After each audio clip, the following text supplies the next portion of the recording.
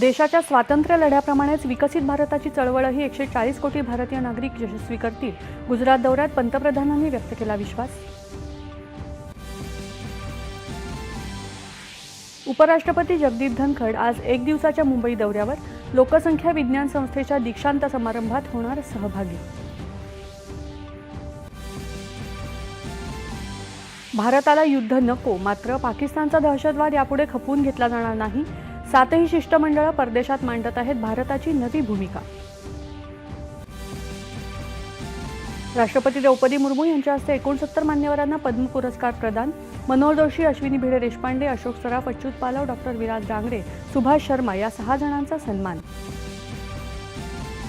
क्रांतिकारकांचे मेरुमणी, समाजसुधारक, साहित्यिक, कवी अशा स्वातंत्र्यवीर सावरकरांच्या 142व्या जयंतीनिमित्त देशभरातून अभिवादन. केंद्रीय गृहमंत्री अमित शहा यांच्या हस्ते पहिला राज्य प्रेरणागीत पुरस्कार स्वातंत्र्यवीर सावरकरांच्या अनादिमी अनंतमी या गीतासाठी प्रदान. स्वातंत्र्यवीर सावरकर यांची बॅरिस्टर ही ब्रिटिशांनी काढून घेतलेली पदवी परत मिळावी यासाठी प्रयत्न करणार. मुंबई विद्यापीठातल्या सावरकर अध्यासन केंद्राच्या उद्घाटन प्रसंगी मुख्यमंत्र्यांचं आश्वासन.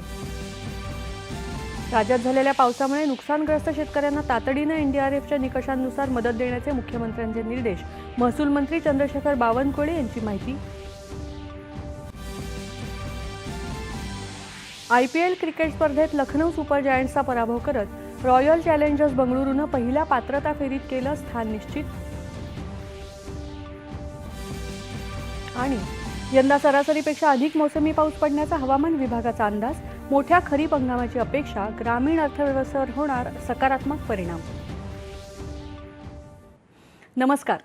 11च्या बातमीपत्रात मी आसा